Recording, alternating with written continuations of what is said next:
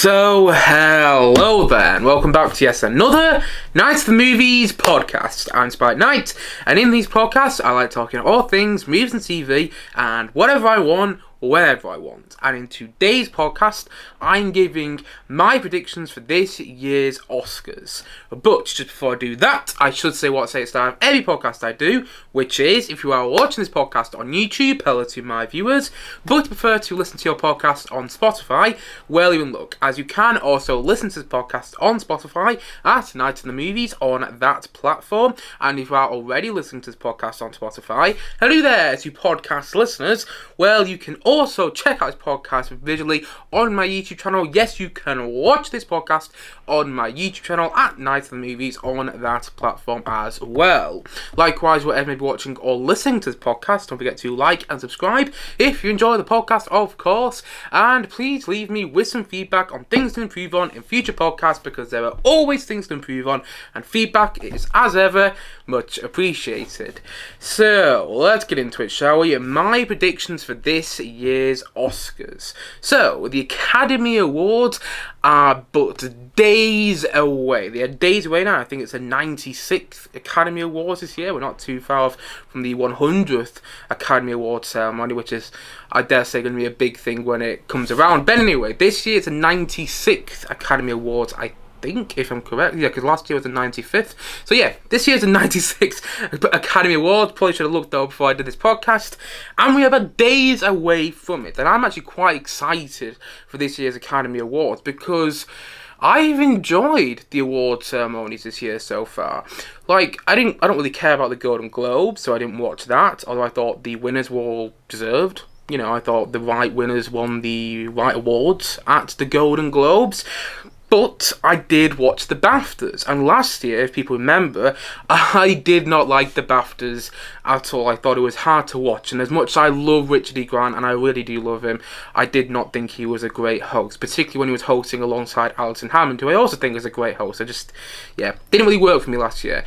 But I watched it this year, because David Tennant, who is one of my favourite actors working today, was hosting, and just coming off, turning in Doctor Who. So I was like, oh yeah, I want to watch it. I want to see how David Tennant does as a host. And I thought he did a wonderful job, and I thought the ceremony overall was more fun to watch.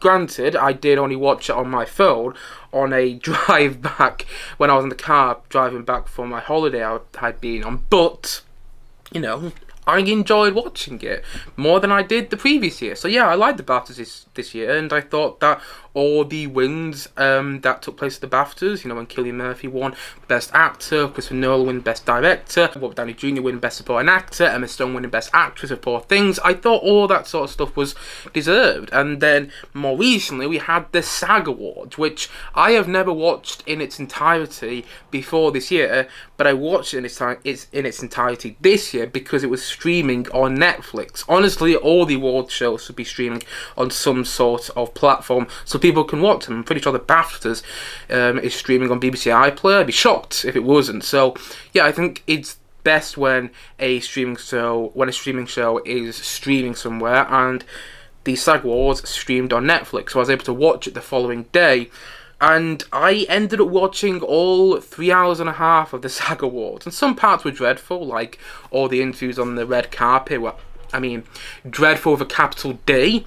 But the awards themselves were actually quite enjoyable to watch. I had a good time watching the SAG Awards. I'm not going to say they were brilliant, but I thought they were enjoyable to watch. And there were some, painful moments to watch, as with any awards ceremony. But I liked watching the SAG Awards because it's actor awards voted on by their peers, voted on by other actors. So you don't have anything like Best Picture there or Best Editing. It's all acting awards. It's all Best Actor, Best Supporting Actor, Best Actress, Best Supporting Actress, and Best Cast Ensemble, which I always think is actually quite an interesting award. And Oppenheimer won it this year, and I think, deservedly so. Though I also thought that Barbie had a chance before I sat down to watch the SAG Awards, but no, Oppenheimer won, and again, deservedly so. And I actually enjoyed watching the SAG Awards.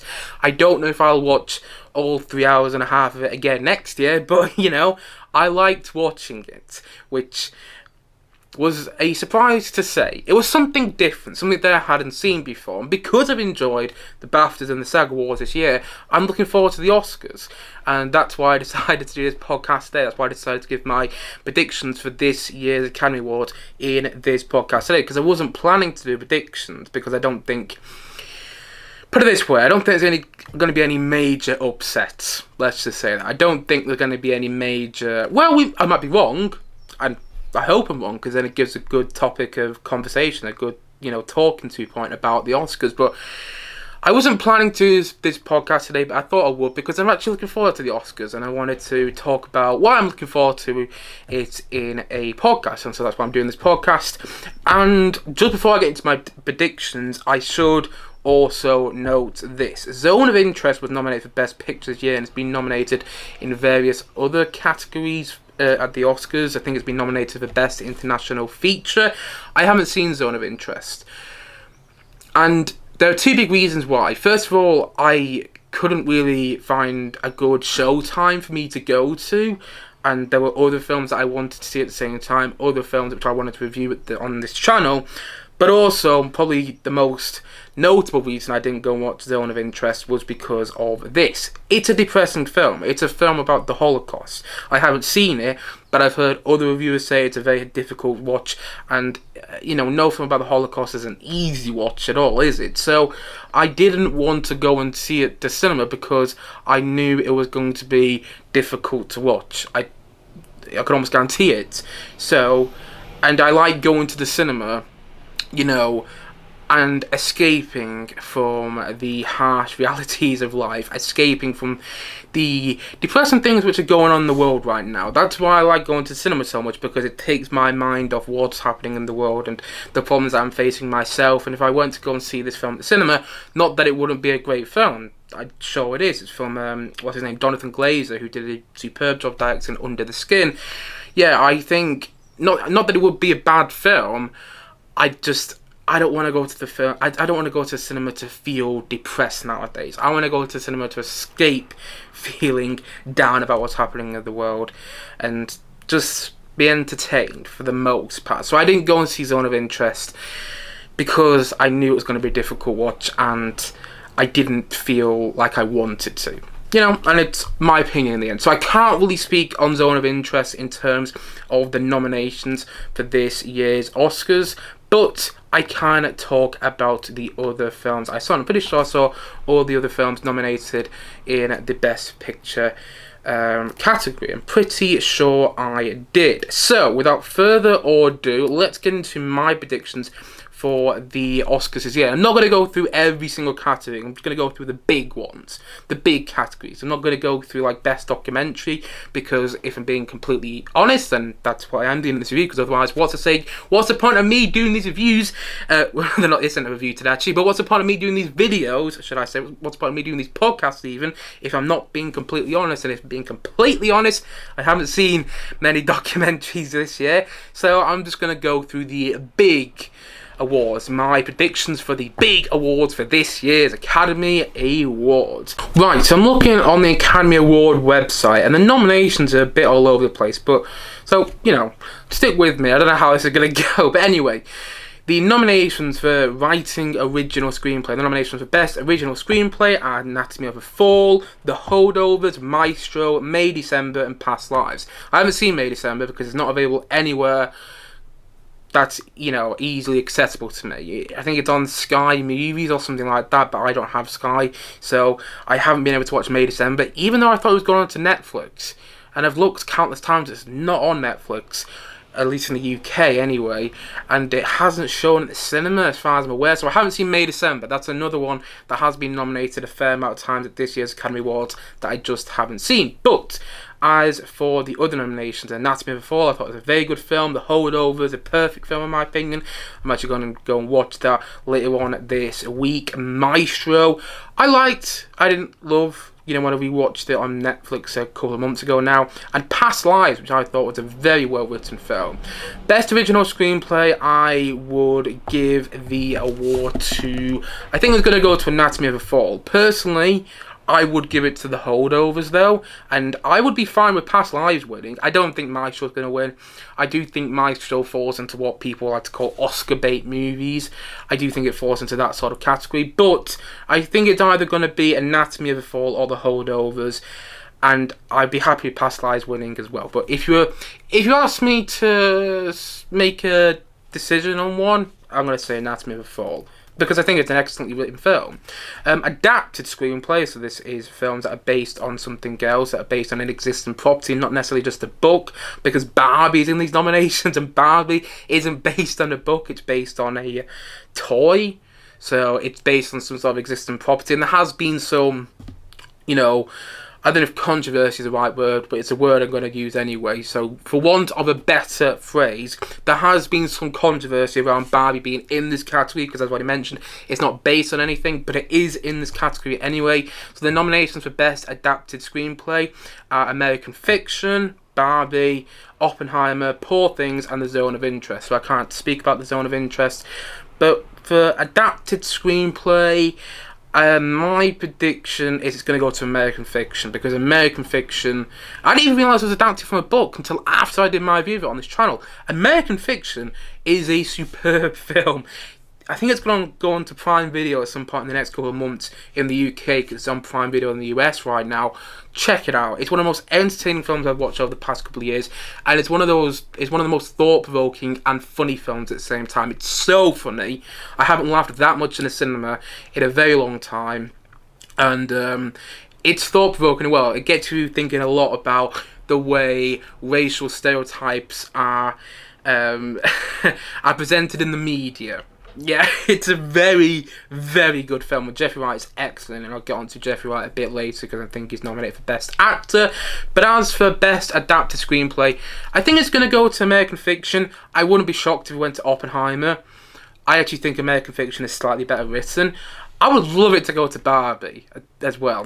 I loved Barbie when I saw it the second time, and I'm really looking forward to rewatching it. Poor Things also has a chance.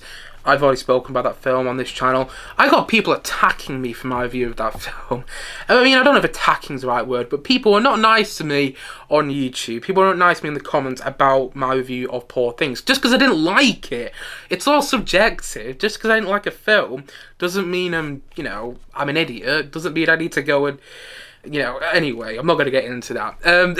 Yeah, I didn't like Poor Things. So personally, I wouldn't give it the award, and I don't think it's won an award for writing anyway so far, any of the previous award ceremonies.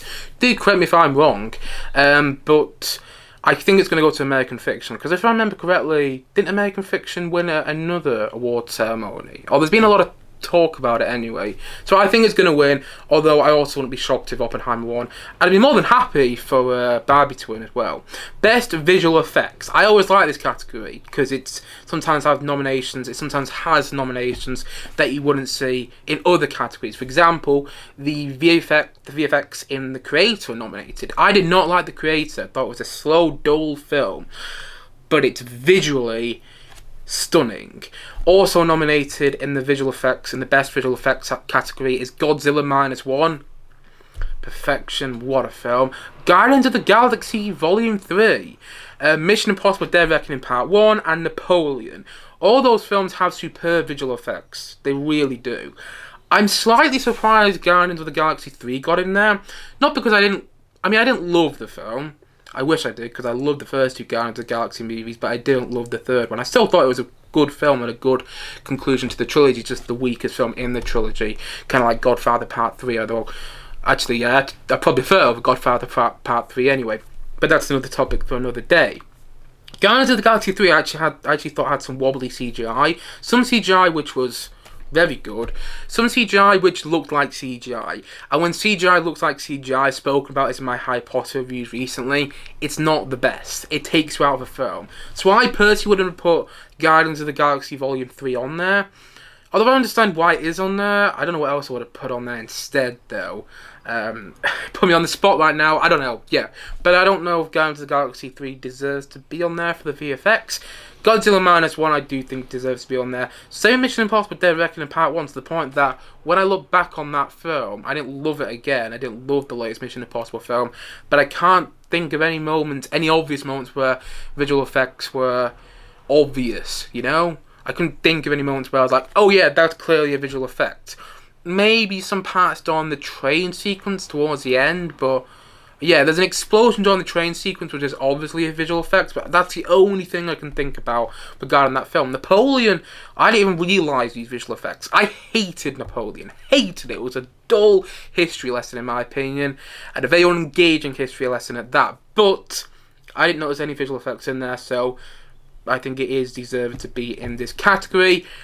But if you ask me which should get the Oscar for Best Visual Effects, I would go The Creator. I didn't like The Creator, but it is a visually stunning film. And he made that for somewhere like around $100 million, which is just astounding to me. You look at some other big budget movies, like some Marvel movies, or even Indiana Jones and the Dial of Destiny, which came out last year. I loved that film. Loved it.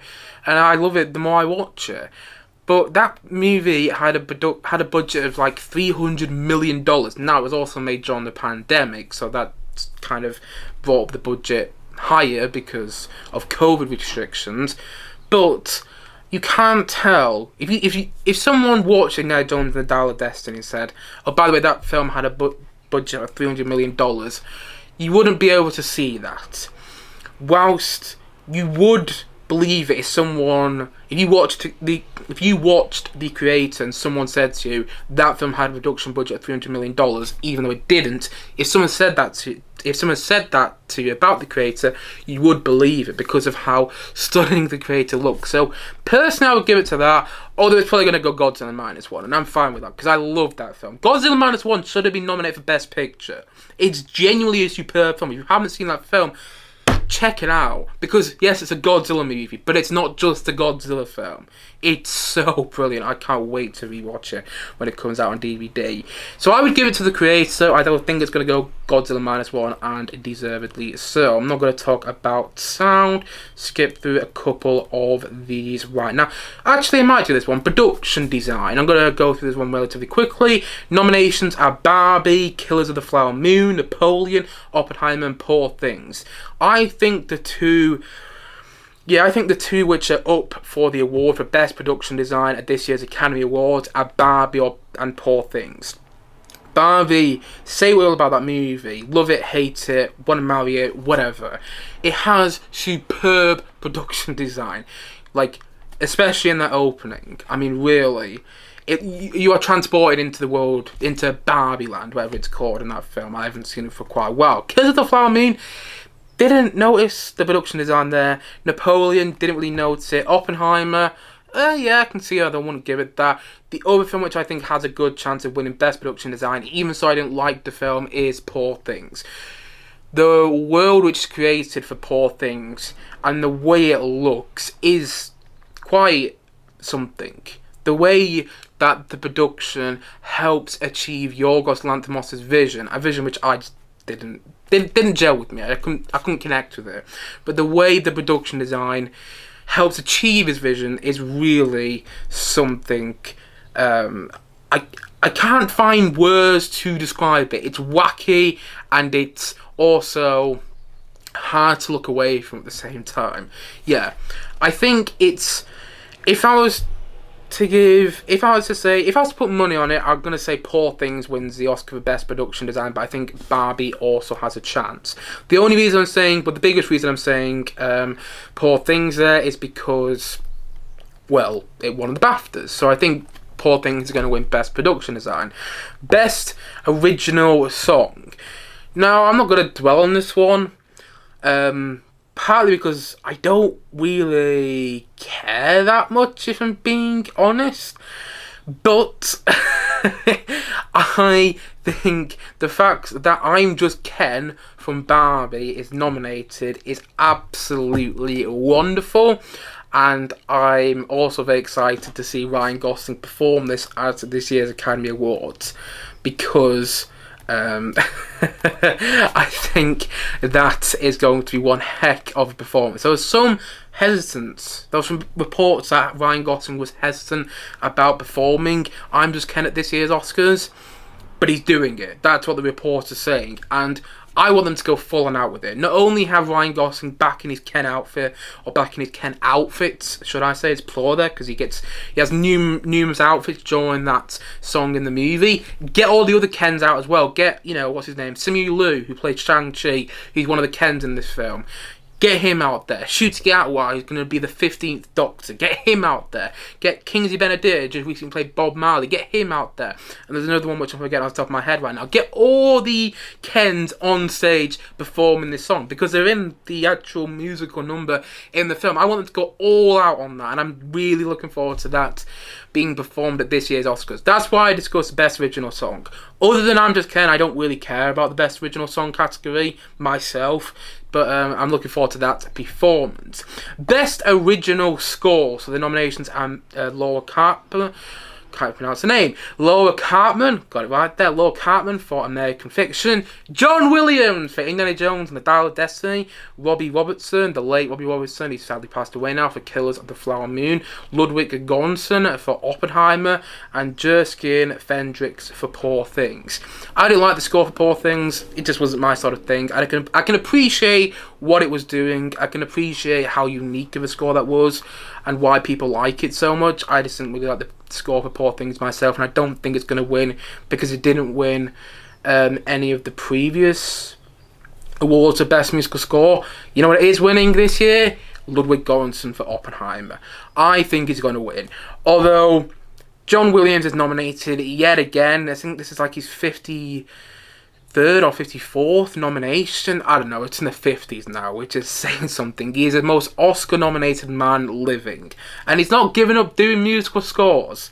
I love it that he was nominated for Indiana Jones and the Dial of Destiny, because I know some people have said, oh, the score for Spider-Man Across the Spider-Verse should have been nominated instead. I can understand why they're saying that, because the score by Daniel Pemberton for Spider-Man Across the Spider-Verse is very good, although personally, I still would have gone with the score from Indiana Jones and the Dial of Destiny. Say what you will about that film, love it, hate it, whatever, but the score is very good.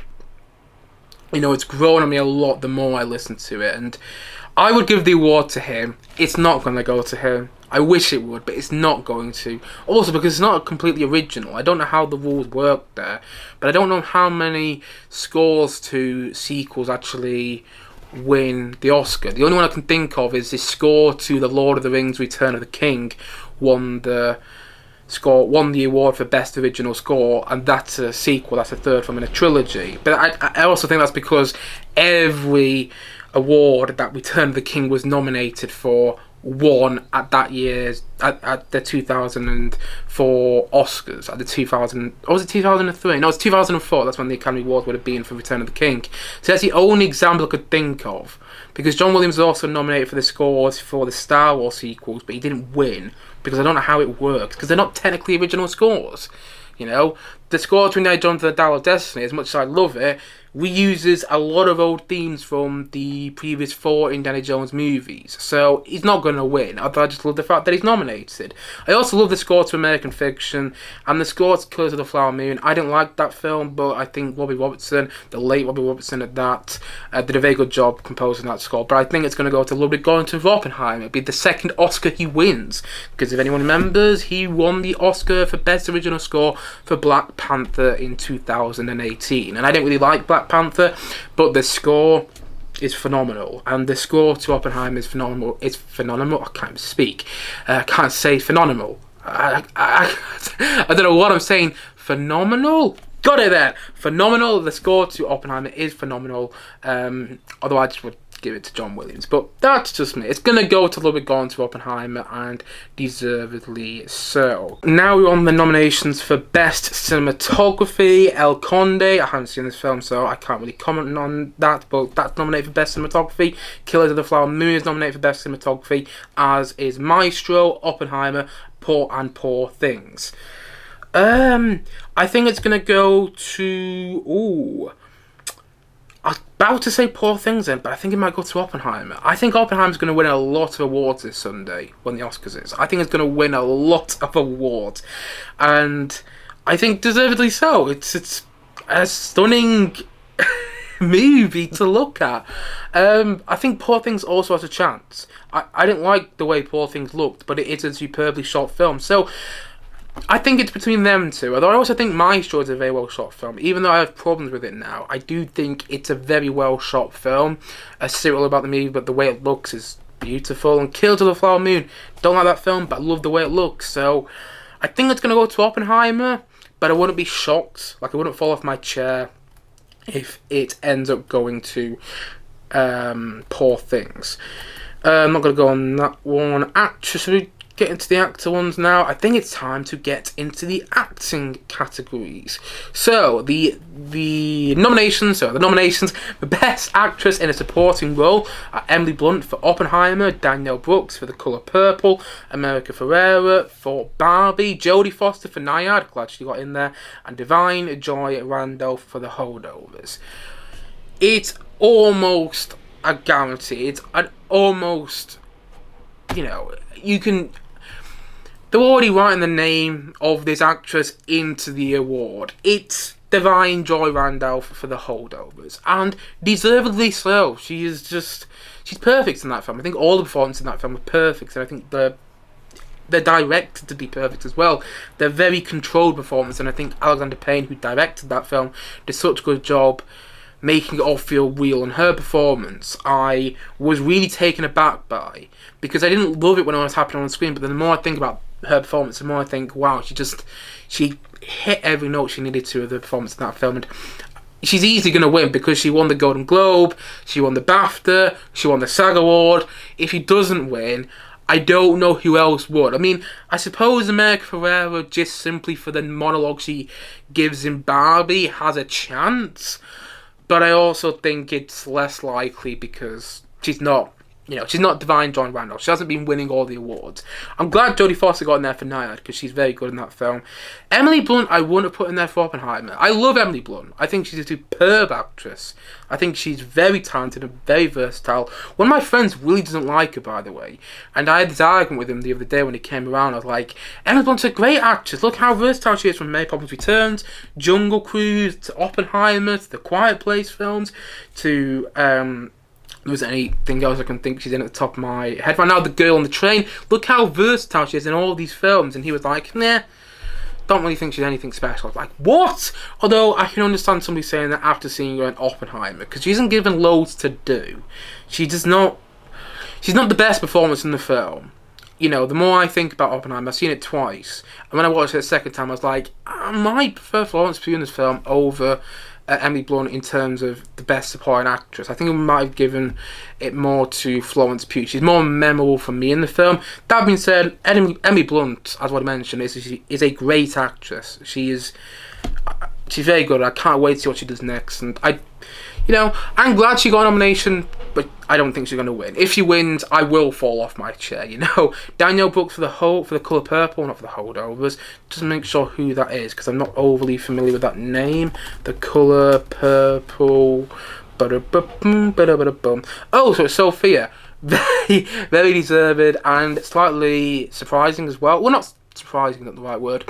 Slightly ironic, because Oprah Winfrey, who was a producer on the new Colour Purple, was nominated for the same role in the original Colour Purple. So it's no surprise. Well, it's not no surprise, but it's slightly ironic that they were both nominated for the same role.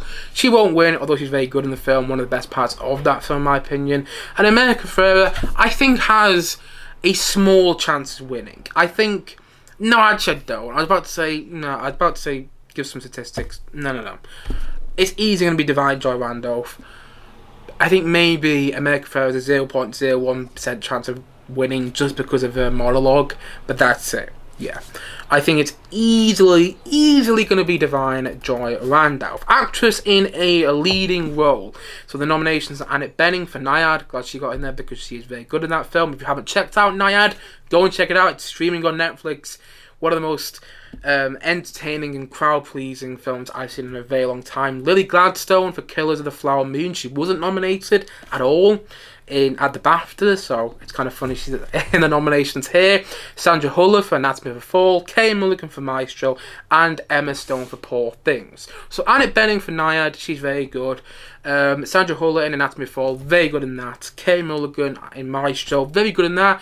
If Maestro is a better film, I think Kay Mulligan would have more of a chance, and if Lily Gladstone and Emma Stone worked in this category, I think the Oscar would almost automatically be given to Kay Mulligan, but they are in this category, and I think the award is going to go to either Lily Gladstone or Emma Stone. If I was a betting man, and I'm not, but if I was a betting man, I would say it's going to go to Emma Stone, because I think she gives more of a versatile performance in Poor Things. Not necessarily a better performance. I actually think you're more drawn to Lily Gladstone in Killers of the Flower Moon because of how reserved she is. She doesn't give an over-the-top performance. But the Academy in the past, when they've given her Oscars, I noticed this as well, at past Academy Awards, when they show the little clips of actors in their films, they're always in the shouty part. They're always in the part where they're most expressive. You know, when the actors are shouting the most and that's the part which to try and point out which is going to win them the Oscar. And Lily Gladstone doesn't really have any part where she's shouting or overly expressive in Killers of the Flower Moon. She shows how good she is as an actress, and I can't wait to see more things, particularly more films which aren't boring. But anyway, I can't wait to see it in more. But Emma Stone, she has plenty of moments where she is very expressive in Poor Things. And if Emma Stone wins, it'll be her second Academy Award, because she also won for La La Land, which came out in 2016, and deservedly so in my opinion. I don't care what anybody said, she is superb in that film, and La La Land is one of the best films I've seen over the past 10 years. But anyway, Emma Stone, if she wins, I think it's right. And I also won't be upset if Lily Gladstone won. Although I don't think Lily Gladstone's going to win. I just don't. She wasn't nominated for the BAFTA, and which kind of made it so Emma Stone automatically won the BAFTA for Best Lead Actress. But I do think it's going to be Emma Stone. I think there's a 75% chance, maybe not 75%, that's actually quite high. I think there's about a 60% chance of Emma Stone winning, a 40% chance of Lily Gladstone winning. It wouldn't shock me if Lily Gladstone won, but I think Emma Stone's got a better chance at, because I think Poor Things has been more universally praised overall. Funnily enough, I didn't like either of these films. I didn't like Killers of the Flower Moon or Poor Things, which these actors have both been nominated for, in terms of their leading roles. And I actually wouldn't say Lily Gladstone has a leading role in Killers of the Flower Moon, but that's another topic for another day. I'm not going to talk about that now, even so I could do, but I'll be rambling on for a bit too long. Anyway, even so I didn't really like either of these films, which the actors have been nominated for, the fact that I'm talking about them in such high regard shows you how much their performances worked to me, even so I didn't like the film. Which tells you how good they are as actors. The fact that I didn't think the films they were in were particularly special, but their performances were. And so I'd be fine with Lily Gladstone winning, but if I was a betting man, I'd put my bet on Emma Stone. And yeah, I'd be happy if she did win, because I think she is remarkable in that film. But so is Lily Gladstone in Killers of the Flower Moon. So we'll just have to wait and see. I think it's going to be Emma Stone. Actor in a supporting role. The nominations are Sterling K. Brown for American Fiction, Robert De Niro for Killers of the Flower Moon, Robert Downey Jr. for Oppenheimer, Ryan Gosling for Barbie, I love that he got nominated, and Mark Ruffalo for Poor Things. I think it's easily going to be Robert Downey Jr. Much like Divine Joy Randall, who won all the awards for Best Supporting Actress, Robert Downey Jr. is winning all the awards for Best Supporting Actor. He won the Golden Globe, he won the BAFTA, and he won the SAG Award. So I think it's almost a certainty that he wins that he wins the Oscar. I think it's almost certainty that he wins. But I say almost, because I think there is a chance of Ryan Gosling surprising everybody. Because Ryan Gosling is, and Margot Robbie is great in Barbie, she really is. Ryan Gosling's better.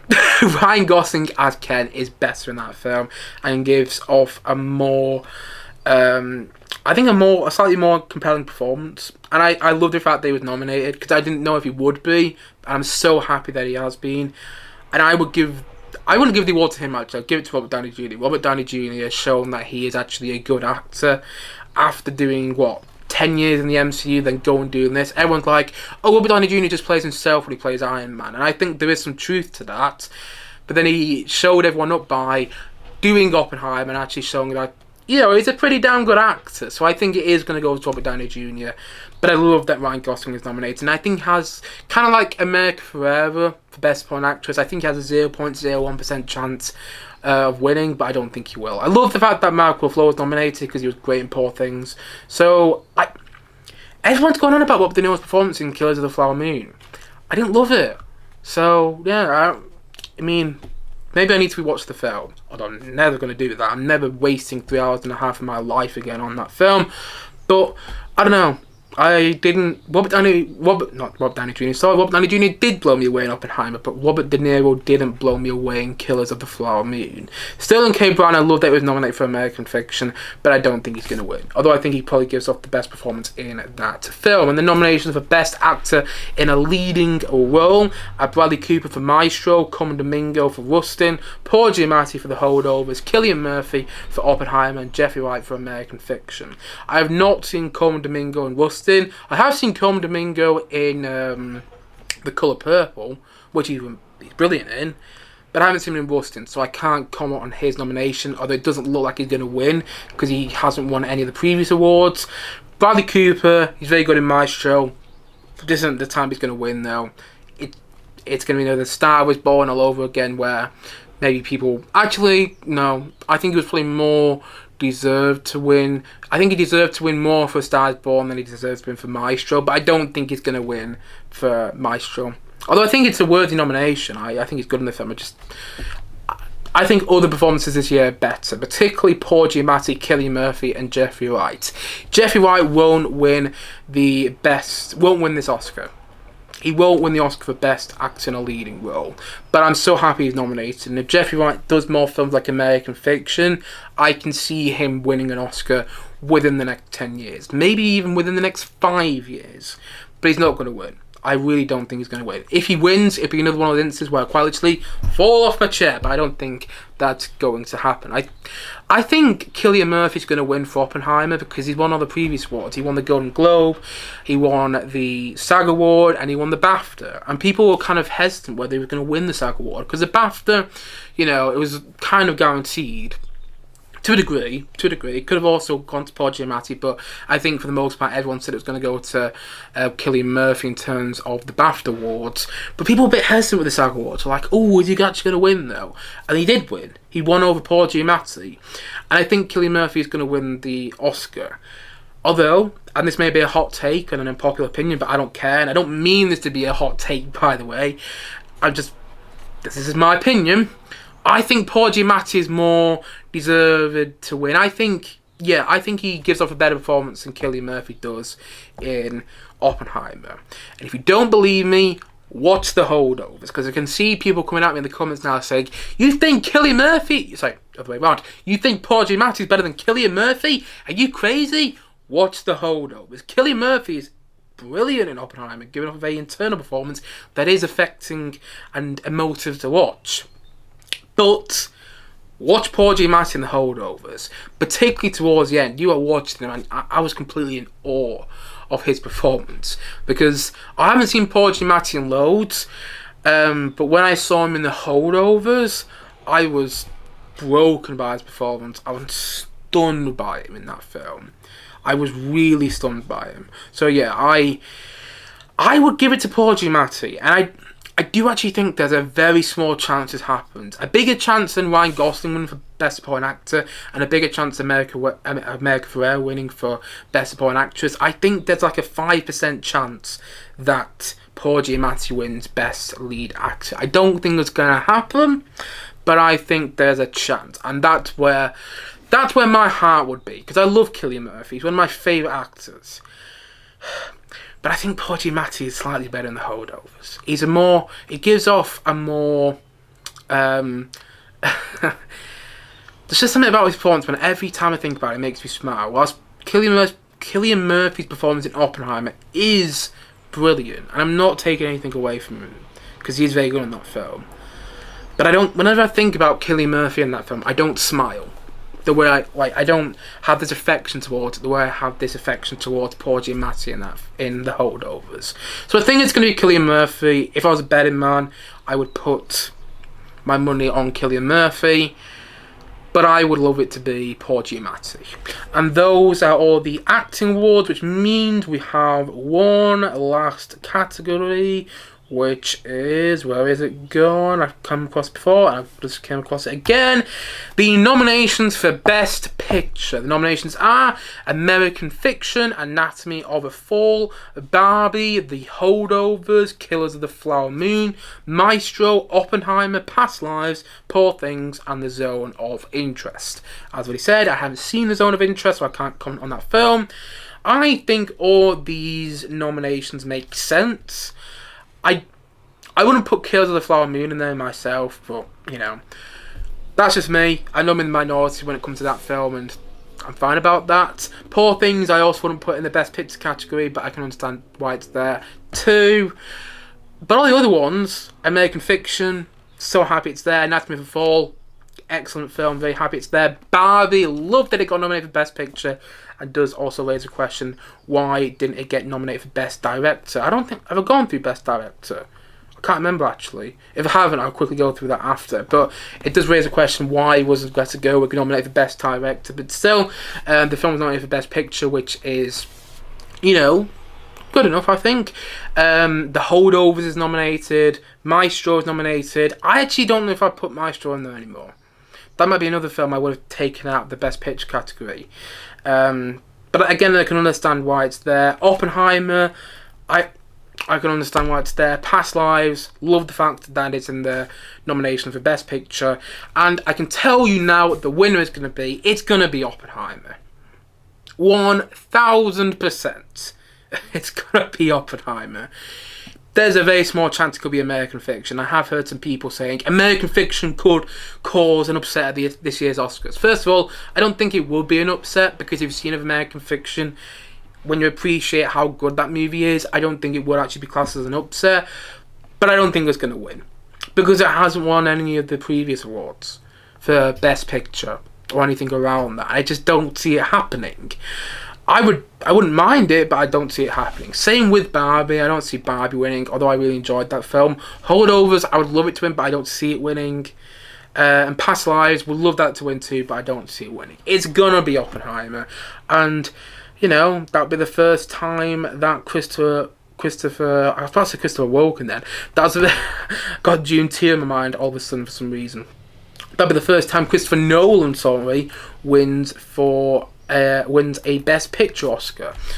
So yeah, I think it's easily going to go to Oppenheimer, and yeah, that would be good to see. It'd be good to see Christopher Nolan and his wife, who's also a producer. I've got the name of her off the top of my head right now, but it's good to see him and his wife go up to win the award for Best Picture. And I don't necessarily think it's the Best Picture of the year, but I can understand why it's getting that award. When you realise and you see the craft that's gone into that film, it is a spectacular and riveting film that, if it wins Best Picture, I'm fine about. And the other category that I almost missed was the Best Director category. So the nominations are Justin Triet for Anatomy of a Fall, Martin Scorsese for Killers of the Flower Moon, Christopher Nolan for Oppenheimer, Yorgos Lanthimos for Poor Things, and Jonathan Glazer for The Zone of Interest. Again, I can't speak on The Zone of Interest, but I think all these nominations are worthy. Martin Scorsese I wouldn't have put in there for Killers of the Flower Moon. I would have swapped her for I would have swapped him, I would have swapped Martin Scorsese for Greta Gerwig for Barbie. But I can understand why he's in there. He's Martin Scorsese, you know. People in the Academy love him. He got nominated for The Irishman too. So, you know, I'm not surprised that Martin Scorsese's there. They wouldn't have put him there. But I can almost guarantee you that the person who's going to win the Best Directing Oscar at this year's Academy Awards is Christopher Nolan for Oppenheimer. And again, deservedly so, because it's a very well-made film. And I don't think he's been nominated for Best Director before. It might have been for Dunkirk, actually, but he didn't win. I can't remember who won in 2017, but he didn't win. And I think it's I think he's going to win this year because he won the Golden Globe, he won the BAFTA, he didn't win the SAG Award because there wasn't an award to win for him there. Although he was at the SAG Awards, he was, but he just didn't win anything. So yeah, I think he's going to win at this year's Academy Awards, and deservedly so. I actually would have put Alexander Payne in this category and maybe swapped him for Yorgos Lanthimos and Poor Things because I didn't really like that film myself. I would have put Alexander Payne in there for The Holdovers because I think that's a perfectly directed film, and I'm surprised Alexander Payne isn't in this list because Alexander Payne has directed some absolutely breathtaking films, such as Sideways, which is just perfect, and also he directed The Descendants, which is another perfect film. He does a good job of making perfect movies that really grow on you the more you think about them, and I would have put Alexander Payne in this list. I would consider that a snub, and that's who I would have given the award to. But that's just personal preference, and I'm happy with Christopher Nolan winning. He deserves that because Oppenheimer is an excellent film. So let's just run down my nominations once more. What my prediction for the nominations for this, well, not for the nominations, sorry, my predictions for the wins for this year's Academy Awards, which is happening this Sunday. Best actor in a leading role, I think is not easy actually, but I think it's going to go to Cillian Murphy. Best actor in a supporting role, easy going to be Robert Downey Jr. Actress in a leading role is going to, in my opinion, be Emma Stone, although Lily Gladstone has a chance. Actress in a supporting role, easily Divine Joy Randolph, go down here. Best cinematography, I think is going to go to Oppenheimer. Best director, I think is going to go to Oppenheimer, Christopher Nolan for Oppenheimer at that. Best original score, I think is going to go to Ludwig Göransson for Oppenheimer. Best original song, don't really care about. Although if I had to give my opinion, which I'm going to do, I will give it to Billie Eilish's song What Was I Made For from Barbie. Best picture, I think, is going to go to Oppenheimer. Best production design, I think, will go to... What did I say before? I think it's going to go to Poor Things. I'm not sure I've actually made my opinion there, but I think it's going to go to Poor Things. Although I wouldn't mind it going to Barbie. Best visual effects, I think it's going to go to Godzilla -1. I'd also love it to go to The Creator. Best adapted screenplay, I think it's going to go to American Fiction. And best original screenplay, I think is going to go to... What did I say? Anatomy of a Fall. I said Anatomy of a Fall. And sadly, that would be the only award that Anatomy of a Fall wins that night. And I was thinking about this the other day. I was thinking, if Lily Gladstone wins for Best Supporting Actress for Killers of the Flower Moon, that would be the only award. That would be the only award that film wins. Think about that. I reckon that would be the case, because I don't think it's going to win Best Cinematography when you have Poor Things and Oppenheimer in the same category. I don't think it's going to win Best Cinematography, and Robert De Niro I can't see winning at all. And Leonardo DiCaprio wasn't even nominated for that film, which some people were upset about. I was fine about it. I did not think it was Leonardo DiCaprio's best performance. So yeah, the fact that if Lily Gladstone doesn't win, Killers of the Flower Moon won't win any awards, I think it's telling for how people actually really feel about that film. Although maybe I'm just, maybe that's just me. Maybe that's just me thinking in my own world, in my own little bubble. But still, I find it a little funny that it might not win any awards, and neither my Anatomy of a Fall either, though. So I'm more surprised about Anatomy of a Fall not winning, because I think it's a far better film, or Barbie not winning. So I think they are better films, and the fact that they might not win awards says something about how good some of these movies were this year. Yeah. I'd be sad if American Fiction won nothing, by the way, because it has a chance of not winning anything. It might not win Best Adapted Screenplay. Oppenheimer might triumph over it. But I would give it to American Fiction. So it'd be sad if that didn't win anything too, because I think it's a very good film, and I think it's slightly better written than Oppenheimer. But that's just me. I was thinking about that, just thinking, what about if this doesn't win though? Oppenheimer could sweep, which means that American Fiction's left out, or that Anatomy of a Fall is left out, or something like that. And I hope that doesn't happen. But time will tell. And not that much time, because it's happening this Sunday. The Oscars, the Academy Awards, the 96th I'm going to double check that just to make sure I got it right, because I've said 96 earlier on this podcast, and I don't want to get... Well, yeah, it's 96th. All I had to do was look at this page I'm on, which the Oscar nominations are on too, so I would have, to make sure, because I've been thinking all through this podcast, is it actually the 96th Academy Awards? Yes, it is the 96th Academy Awards. So, yeah, the 96th Academy Awards are happening this Sunday. I'm looking forward to them, and those are my predictions for this year's Oscars. So, that is it for the podcast, and please let me know your thoughts on your predictions for this year's Academy Awards. Maybe your predictions are completely different to mine, or maybe your predictions are kind of similar to mine. Whatever your predictions are for this year's Academy Awards, and whatever your thoughts are on my predictions for this year's Academy Awards, please let me know in the comment section below. And as always, thank you for watching or listening to this podcast. And if you haven't yet, please do click down below and like and subscribe on this podcast. I look forward to many more podcasts coming very, very soon on this channel. I'll probably have a podcast coming out next Monday or Tuesday talking about my thoughts on this year's Academy Awards. But until then, guys, thank you all for watching. Check out or listening, thank you all for watching or listening. Check out my other podcasts that I put on this channel. And I will see you guys again soon. But bye for now. Bye.